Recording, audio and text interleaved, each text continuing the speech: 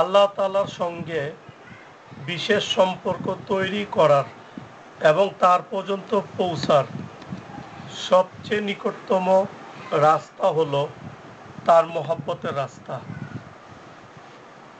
তরিকতের রাস্তা, সুলুকের রাস্তা। এটা হলো আল্লাহ পর্যন্ত পৌঁছার সবচেয়ে সহজ এবং নিরাপদ রাস্তা, তরিকতের লাইনে যেটা আছে আর কি।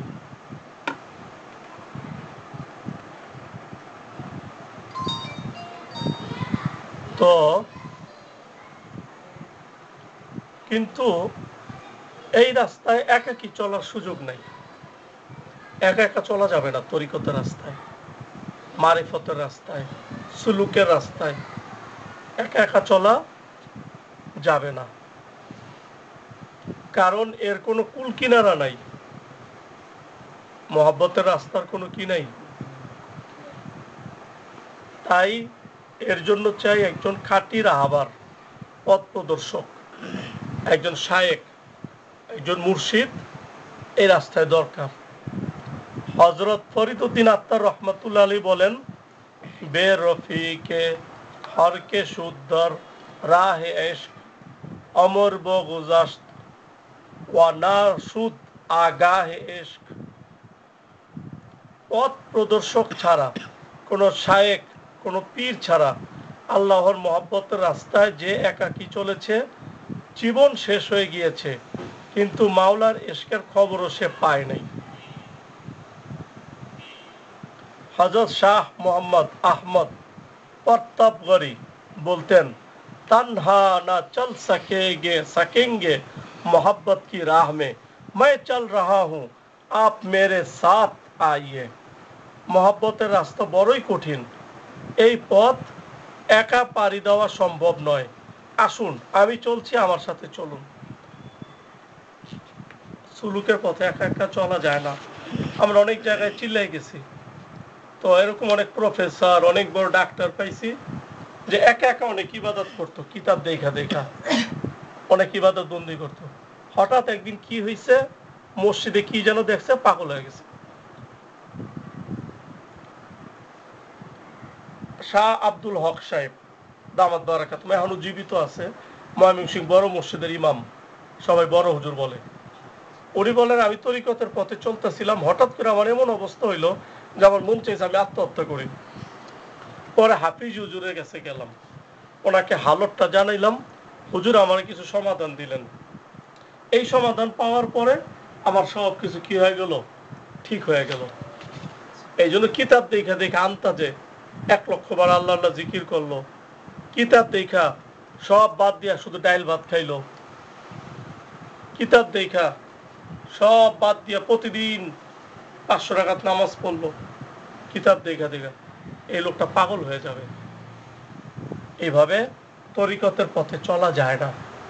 তরিকতের পথে চলার প্রথম শর্ত হলো একজন শায়েক থাকবে এবং ওনার সাথে পরামর্শ করে আমার সব কাজ করতে হবে এবং ওনাকে আমার সব হালত জানাইতে হবে এবং হালত শুনে উনি যা বলেন তাই করতে হবে। খবরদার, অনেকেই এই লাইনে পাগল হয়ে গেছে। কি হয়ে গেছে? পাগল হয়ে গেছে। এই জন্য ভাই, এইটা কোনো চারটিখানি ব্যাপার না, কোনো বাচ্চাদের খেলাধুলা না যে মন চাইলো আর আমি একা একা করলাম। নফস তো চায় না যে কাউরে মানবো, মন চায় আমি কি কম জানি, আমি কি কম বুঝি, আমি কিতাব দেখে দেখে কি হয়ে যাব, আধ্যাত্মিক পথ পার করব। খবরদার, এটা কোনো ভুল পথ। নিজে নিজে তরিকতের পথে চলা, নিজে নিজে তরিকতের লাইনে একা একা কিতাব দেখে দেখে চলা, এটা একটা ভুল রাস্তা। এই ভুলটা আমরা কেউ না করি। আল্লাহ তাআলা আমাদের তৌফিক দান করেন। এখন কথা হইলো, কারো কাছে বায়াত হওয়া কেন জরুরি?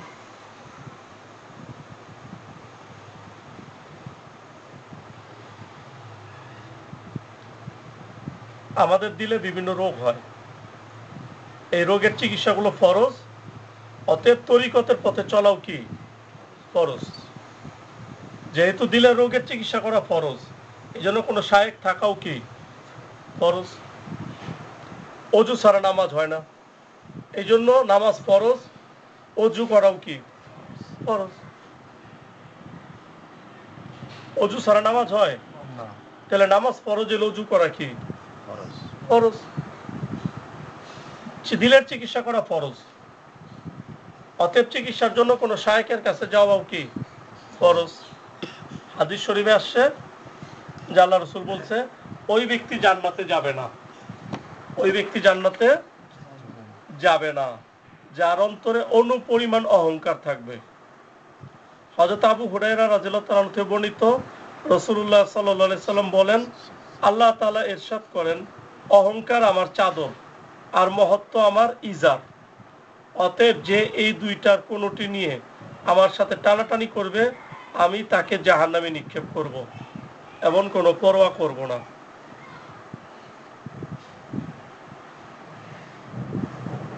কত ভয়ঙ্কর কথা। হযরত আবু হুরায়রা রাদিয়াল্লাহু তাআলা আনহু থেকে বর্ণিত, রাসূলুল্লাহ সাল্লাল্লাহু আলাইহি সাল্লাম বলেন, কিয়ামতের দিন অহংকারীদের পিপীলিকার ন্যায় ক্ষুদ্র করে দেওয়া হবে এবং সব জায়গায় তারা লাঞ্ছনা ও অপমান তাদেরকে ঘিরে ধরবে। আর অহংকারের ব্যাধি এটা সহজে যায় না, এটা দূর করার জন্য খুব সাধনা করা লাগে, সময় লাগে। আউলিয়া বুজুর্গানে দিন, পীর মাশায়েখদের সোহবতে ও তরবিয়ত হাসিল করতে হয়। শায়েখ ধীরে ধীরে ঘষে মেজে রগ্নে পিষে এই কালো ব্যাধি দূর করার চেষ্টা করেন, ফলে তার মাঝে বিনয়ের গুণ পয়দা হয়। সহজ কথা। হযরত খাজা আজিল হাসান মাজজুব রহমাতুল্লাহ আলাইহি হাকিমুল উম্মত মুজাদ্দিদুল মিল্লাত হযরত থানভী রহমাতুল্লাহ দরবারে হাজির হওয়ার পর চিরকুটে একটি ছন্দের মাধ্যমে খানকায় হাজির হওয়ার উদ্দেশ্য লিখে হযরতের কাছে পাঠিয়ে দেন, যার অর্থ হলো, হে হাকিমুল উম্মত, আপনার দুয়ারে এসেছি একটি মাত্র উদ্দেশ্যে, তা হলো আমি আমার অমিত্বকে খতম করতে চাই। অহংকার আত্মগরিমা নির্মূল করা, অমিত্বকে অহংকারকে খতম করা, অহংকার আত্মগরিমাকে শেষ করে দেওয়া। অন্য কোনো খায়েশ বা অভিলাষ আমার নাই। অতএব হে মহান মুর্শিদ, আমার আমিত্বকে মিটিয়ে দিন, নিজেকে কিভাবে মেটাতে হয় আমাকে তা শিখিয়ে দিন। আমি যে মিটে যাওয়া পিষে যাওয়ার নিয়তেই এই দুয়ারে হাজির হয়েছি। আল্লামা সাইয়্যেদ সুলাইমান নাদবী রহমাতুল্লাহ ছিলেন যুগের অনেক বড় আলেম, বাগ্মী, সুপ্রতিষ্ঠিত লেখক, সাহিত্যিক, আরবি ভাষা সুদক্ষ পণ্ডিত। তিনি একবার হযরত মাওলানা আশরাফ আলী থানভী রহমাতুল্লাহকে জিজ্ঞেস করলেন, তাসাউফ বা তরিকত কিসের নাম? হযরত থানভী রহমাতুল্লাহ বললেন, আপনার মতো একজন সুযোগ্য আলেম ফাজলকে আমার মতো একজন তালিব ইলম কি উত্তর দিতে পারে? তবে বুজুর্গদের মুখে যতটুকু শুনেছি তারই পুনরাবৃত্তি করছি। মোহতারাম, তাসাউফ বা তরিকত হচ্ছে নিজেকে মিটানোর নাম, নফস আমিত্বকে খতম করার নাম। তাসাউফের মূল বিষয় কি? নিজেকে নিজে মিটায় দেওয়া, নিজেকে নিজে মিটায় দেওয়া, আর কিচ্ছু না।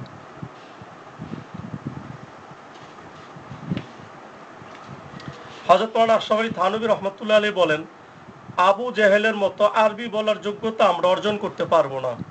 শুধু আরবি বলার যোগ্যতার দ্বারা কেউ আল্লাহওয়ালা হতে পারে না, বরং আল্লাহওয়ালা হওয়া যায় ঈমান, তাকওয়া, পরহেজগারির গুণে। হযরত মাওলানা রশিদ আহমেদ গঙ্গুই রহমাতুল্লাহকে কেউ জিজ্ঞেস করলো, আপনি তো অনেক বড় আলেম, বুখারী শরীফ পড়ান, আপনি কেন হাজী ইমদাদুল্লাহ মুহাজির মক্কি রহমাতুল্লাহ আলাইহির কাছে যান? তিনি তো জাহিরিভাবে অত বড় আলেম না, একাডেমিক কোনো আলেম না। তিনি জবাব দিলেন, হাজী সাহেবের কাছে আমি মাসলা শেখার জন্য যাই না, বরং মাসলার উপর আমল করতে নফস যেখানে যেখানে অলসতা ও গাফলতি করে এবং আমাদের উপর গালেব বা জয়ী হয়, সেখানে হাজী সাহেবের বরকতে নফসকে দমন করার জন্য যাই। আমরা আমলের শক্তি অর্জন করার জন্য হাজী সাহেবের কাছে যাই, জাহিরি এলেম নেওয়ার জন্য যাই না। যেহেতু শুধু এলেম মূল মাকসাদ নয়, আমল মূল মাকসাদ বা উদ্দেশ্য, সুতরাং এলমে জাহের তখনই পূর্ণাঙ্গ হবে যখন এর সাথে এলমে বাতেন ও আমল যুক্ত হবে।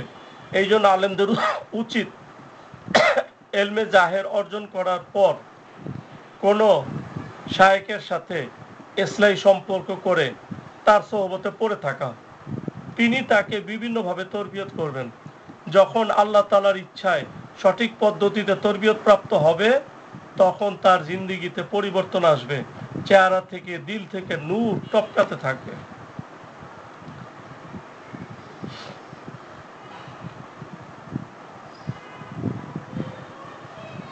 হযরত মাওলানা আশরাফ আলী থানভী রহমাতুল্লাহ আলাইহি বলেন, আমার কাছে যদি দুইজন আলেম নিয়ে আসা হয়, যার একজন নিজেকে কোন আল্লাহওয়ালার কাছে সুপর্দ করেছে, নিজের তরবিয়ত করেছে, অপরজনের বিপরীত তিনি আজাদ ধরনের লোক, নিজেকে কোনো আল্লাহওয়ালার কাছে সুপর্দ করে নাই, আমাকে যদি তাদের পরিচয় নাও দেওয়া হয় তবু আমি 5 মিনিটে সঠিকভাবে বলে দিতে পারবো কে সোহবত প্রাপ্ত আর কে সোহবত থেকে বঞ্চিত। মানে কারো সোহবতে গিয়ে আত্মশুদ্ধি করা, কারো সোহবতে নিয়মিত আসা যাওয়া করা, কারো সোহবতে আসা যাওয়া করে নিজের হালত জানায় আত্মশুদ্ধি নেওয়া, এটা এত বড় নিয়ামত। থানভী রহমতুল্লাহ বলেন যে দুইজন আলেম, একজন কারো সোহবতে যায়, একজন কারো সোহবতে যায় না, আমি 5 মিনিট কথা বলে দিব যে ইনি সোহবতে যায় আর ইনি সোহবতে যায় না। মানে এসা পার্থক্য হয়ে যায়, এতটা পার্থক্য থাকে। এরকম দুইজন, চাই সে আলেম হোক, চাই দুইজনই আলেম, একজন সোহবতে যায় কারো, আরেকজন কারো সোহবতে যায় না। থানভী সাহেব বলছে 5 মিনিট কথা বলে দিব উনি সোহবতে যায় আর উনি সোহবতে যায় না। আমলে, কথাবার্তা, আচার আচরণে এত পার্থক্য হয়। নিজেকে আজাদ ভাবে যা মন চাই কইরা বসে। সাবধান, একা একা না চলা, কারো সোহবতে চলা। হযরত জালালউদ্দিন রুমি রহমতুল্লাহ বলেন, যত বড় মাওলানা হয়ে যাও না কেন, যতক্ষণ পর্যন্ত কোন শায়েখের সোহবত গ্রহণ না করবে ততক্ষণ নফসের গোলামি থেকে বের হয়ে আসতে পারবে না। সুতরাং যে আল্লাহওয়ালা মেহনত করে নফসকে কাবু করেছেন, যিনি সাহেবে নিসবত হয়েছেন, তার অধীনে থেকে নিজের সংশোধন করো, ইনশাল্লাহ তুমিও নফসকে কাবু রাখতে পারবে। আর যদি এমন লোকদের সোহবতে থাকো যারা নফসের গোলামি থেকে বের হয়ে আসতে পারেনি, তাহলে তারা তোমাকেও নফসের গোলাম বানিয়ে ফেলবে। এই জন্য খারাপ সোহবত থেকেও বিরত থাকা চাই, খারাপ সোহবত থেকেও নিজেকে বাঁচায় রাখা চাই। খারাপ লোক যারা নফসের গোলামি করে সব সময়, এদের সোহবতে যখন বেশি বেশি থাকা হবে আপনার নফস আপনার উপর গালেব হয়ে যাবে, সব শেষ, সব শেষ। গাঁজা খায় এরকম লোকদের সাথে যে চলাফেরা করবে সেও কিছুদিন পর গাঁজা খাবে। খারাপ ভিডিও দেখে এরকম লোকদের সোহবতে যে আসা যাওয়া করবে, এরকম লোকের সাথে যে ওঠা বসা করবে সেও কয়েকদিন পর খারাপ ভিডিও দেখা শুরু করবে। এই জন্য খারাপ লোকের সোহবত থেকে দূরে থাকা চাই, নষ্ট হয়ে যায়। মাদ্রাসার অনেক ছাত্র, অনেক তাবলীগের অনেক সাথী ভাই ধোকার মধ্যে পড়ে। মাদ্রাসা ছাত্ররা তার কাছে পড়া বুঝতে যায়, দরকার নেই, যে গুণার্থে বেরোতে থাকে তার থেকে পড়া বুঝো। তাবলীগের সাথী ভাই অনেক সময় চিন্তা করে এটা দাওয়াত দিয়ে নিজের এর সাথে খাতির জমায়া এরা দিনের পথে আনবো। খবরদার এই কাম না করি। দাওয়াত যে কাউকে দেওয়া যাবে, কিন্তু বন্ধুত্ব, ঘনিষ্ঠ, উঠা বসা, ফাসেকদের থেকে উঠা বসা, ঘনিষ্ঠতা এটা নিষেধ শরীয়তে। খবরদার এই কাজ না করি। দাওয়াত দিব ঠিক আছে, কিন্তু ঘনিষ্ঠ হয়ে তাকে দিনের পথে আনবো এই ভুল কাজ না করি, এই ভুল কাজ না করি। তাহলে বাস আপনিও বদদিন হয়ে যাবেন। এত সহজ না। খারাপ লোকের সোহবতে গিয়ে ভালো বানানো এত সহজ না, আপনিও খারাপ হয়ে যাবেন। গাঁজাখোরের কাছে যে বারবার যাবে সেও গাঁজাখোর হয়ে যাবে। খুব খেয়াল রাখা। আল্লাহওয়ালাদের সোহবতের গুরুত্ব ফায়দা সম্পর্কে হযরত মাওলানা হাকিম আখতার সাহেব একটা উদাহরণ দিয়ে বলেন, দারুণ উদাহরণ, খেয়াল করে শুনি। ধরো গাছ থেকে দুটি আম, বড় দুইটি আম নিচে পড়লো। একজন মুরব্বা প্রস্তুতকারী এসে আম দুটিকে বলল, আমি তোমাদের দুইজনকে মোরব্বা বানাইতে চাই। দুইজনে প্রশ্ন করলো, মানে দোনোটা আম প্রশ্ন করলো, মোরব্বা বানানোর জন্য আপনি আমাদের সাথে কি আচরণ করবেন? তো এই লোকটি বলল, যিনি মোরব্বা খুব ভালো বানায়, প্রথমে একটি সূচের মাধ্যমে না, প্রথমে চাকুর মাধ্যমে তোমাদের যে চামড়া আছে এই চামড়া ছুলে ফেলবো, তারপর কাঁটা চামচের সূচের মাধ্যমে তোমাদের ভিতর তোমাদেরকে খোঁচাইতে থাকবো, খোঁচায় তোমাদের বিষাক্ততা এবং চুকা পানি এগুলো বের করে তোমাদের তাসকিয়া করব। এরপর তোমাদের শিরার মধ্যে ডুবিয়ে রাখবো, চিনির শিরার মধ্যে ডুবিয়ে রাখবো। এরপর ওই শিরা সহ তোমাদের চীনা বাসনের ভিতর, ওই বৈরম বলে আগে পাওয়া যেত এরকম, এটা স্বাস্থ্যসম্মত। এখনকার যে প্লাস্টিক এটা তো ক্যান্সার পয়দা করে। আগের যুগে চীনা মাটির বৈরম পাওয়া যেত, আবার ডাকনা ওই তৈরির। এখন কইবে যে এগুলির ভিতর যে টিপটা তেলা পাওয়া ঢুকবো কেমন, এগুলো আবার সিক্কাতে রাখা হইতো,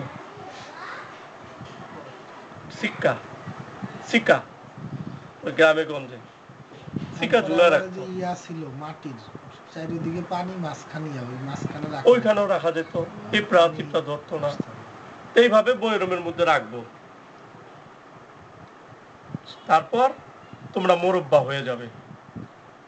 অতঃপর তোমাদের মর্যাদা মূল্য এত বেড়ে যাবে, বড় বড় রাজা বাদশাহ, মন্ত্রী প্রধানমন্ত্রী থেকে শুরু করে বড় বড় আলেম ওলামা, বড় বড় মুফতি, যারা হার্টের রোগের আক্রান্ত, তারা তোমাদের খাবে আর তোমরা তাদের হার্টে শক্তি যোগাবে।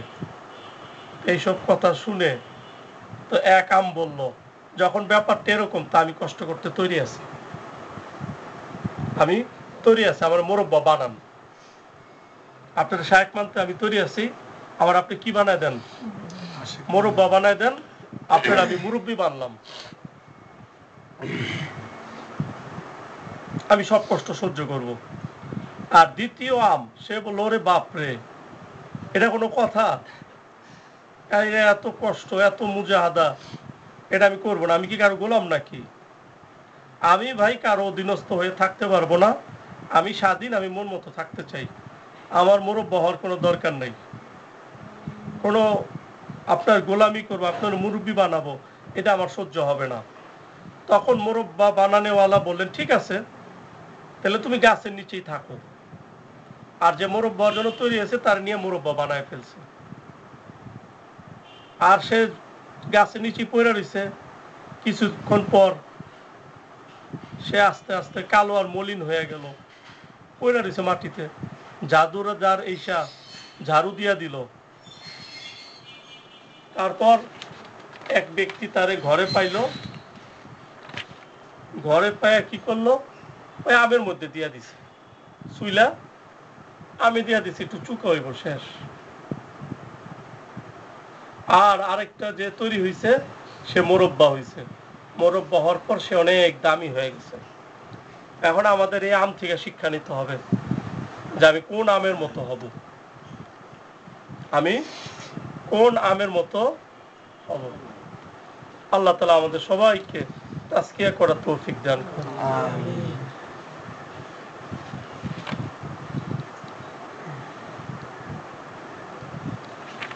দামি দামি কথা, এই জন্য আল্লাহদের কথা বারবার পড়ে শুনতে হয়, কারণ তাদের কথাগুলো আমাদের জন্য রাহাবারি। জীবনটা অনেক খারাপ হয়ে যাবে, পচে যাবে যদি আত্মশুদ্ধি না করতে পারি। আর যদি জীবনটা আত্মশুদ্ধি করতে পারি, জীবনটা অনেক দামি হয়ে যাবে। এত দামি হয়ে যাবে যে আপনি অবাক হয়ে যাব যে রাজা বাচ্চাদের জীবনটাও এত দামি না, আপনার আমার জীবনটা এত দামি আর এত শান্তিময় হয়ে যাবে। আল্লাহ তাআলা আমাদের বোঝার তৌফিক দান করুন।